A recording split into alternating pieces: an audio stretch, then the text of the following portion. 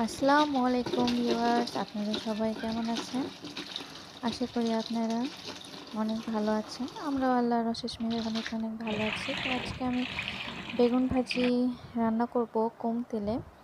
কিভাবে কম তেলে বেগুন ভাজি করতে হয় সেটাই দেখাবো। এর জন্য আমি প্রথমে একটা বেগুনকে কেটে নিয়ে পরিষ্কার করে নিয়েছি। তো একটা পাত্রে আমি সব বেগুনগুলো নিয়ে সেখানে দিয়ে দিয়েছি স্বাদ অনুসারে লবণ, মরিচের গুঁড়া, হলুদের গুঁড়া সব কিছু আমি দিয়ে সুন্দর করে আলতো হাতে সব মশলা যেন লেগে যায় সেভাবে মেখে নেব।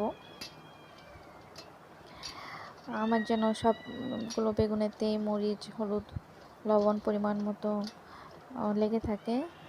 তো আমি ওটা ভালোভাবে মিক্সড করতেছি। তো এখন একটা ফ্রাই প্যানে গ্যাস অন করে একটু তেল দিয়ে গরম করে নেব। আমি বেশি তেল ব্যবহার করতেছি না, আমি অল্প তেলে বেগুনটা ভেজে দেখাবো। তো আজকে আমি অল্প তেল সয়াবিন তেল দিয়ে বেগুন ভাজতেছি। এখন তেল গরম হয়ে গেলে আমি দিয়ে দেবো এখানে এক এক করে সব বেগুন।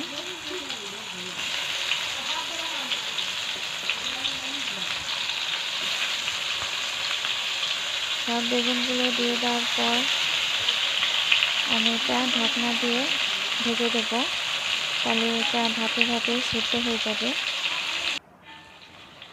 আমি সচরাচর এভাবেই বেগুন ভাজি করি। বেগুন ভাজি তো আমার খুব একটা পছন্দের খাবার, অনেক পছন্দের খাবার। আমি অনেক পছন্দ করি বেগুন ভাজি খেতে।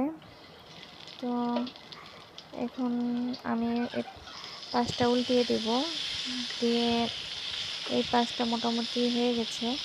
তো এর জন্য অপর পাশটা উল্টিয়ে দিচ্ছি। এক এক করে সবগুলো বেগুন আমি উল্টিয়ে দেব, দিয়ে আমি আবার কিছুক্ষণ ঢাকনা দিয়ে ঢেকে দেব, যেন আবার এটা ভাপে ভাপে সেদ্ধ হয়।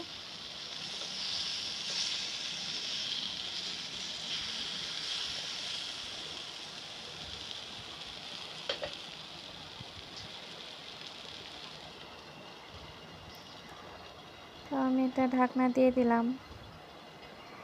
এখন ঢাকনা খুলে দেখবো আমার বেগুনটা দুই পাশেই হয়ে গেছে। তো এখন নামিয়ে নেব।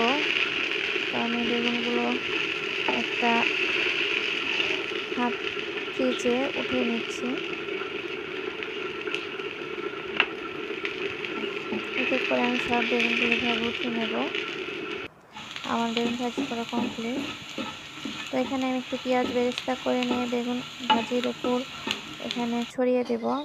দেখতেই পাচ্ছেন অনেক সুন্দর লাগছে। আপনারাও বাসায় ট্রাই করবেন, আশা করি আপনাদের ভালো লাগবে। ধন্যবাদ।